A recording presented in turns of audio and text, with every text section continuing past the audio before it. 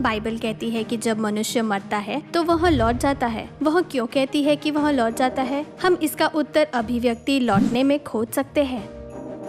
Seoul में रहने वाला एक व्यक्ति न्यूयॉर्क की यात्रा पर जाता है। यात्रा के बाद वह कहता है, अब तक आपकी मदद के लिए धन्यवाद, मैं अब वापस जाऊंगा।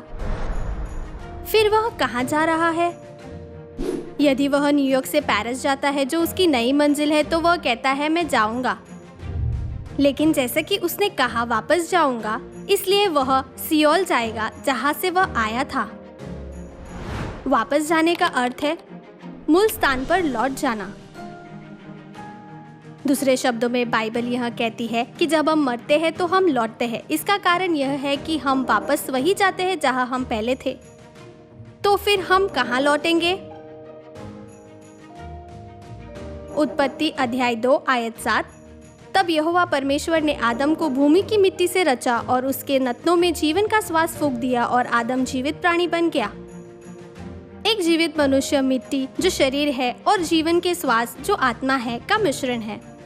इसके विपरीत जब मनुष्य की मृत्यु होती है तो शरीर और आत्मा अलग हो जाते हैं और अपने मूल स्थान पर लौट जाते हैं। सब उपदेशक अध्याय 12 आयत 7।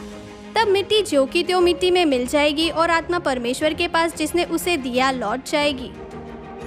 क्योंकि शरीर मिट्टी से आया है इसलिए वह मिट्टी में लौट जाता है और आत्मा स्वर्ग के राज्य में लौट जाती है जहाँ परमेश्वर है।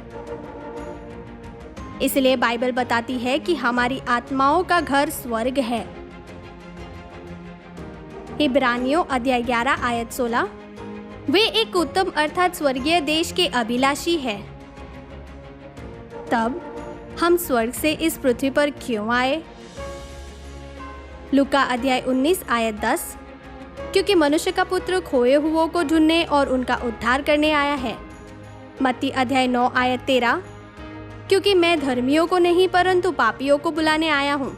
हम इस पृथ्वी पर इसलिए आए हैं क्योंकि हमने स्वर्ग में पाप किया था। यीशु पृथ्वी पर स्वर्गीय पापियों को ढूंढने के लिए आए थे। हम पापियों को स्वर्ग में लौटने के लिए पापों की क्षमा प्राप्त करनी चाहिए। हम पापों की क्षमा कैसे प्राप्त कर सकते हैं? इफिसियों अध्याय 1 आयत 7। हमको उसमें उसके लहू के द्वारा छुटकारा अर्थात अपराधों की क्षमा उसके उस अनुग्रह के धन के अनुसार मिला है। हम यीशु के लहू के द्वारा पापों की क्षमा कैसे प्राप्त कर सकते हैं? मत्ती अध्याय 26 आयत 19।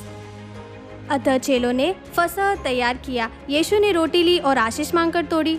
लो खाओ, यह मेरी देह है।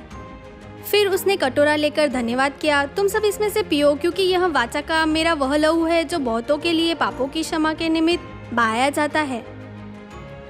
हम नई वाचा की फसह की रोटी खाने और दाखमधु पीने के द्वारा पापों की क्षमा प्राप्त कर सकते हैं।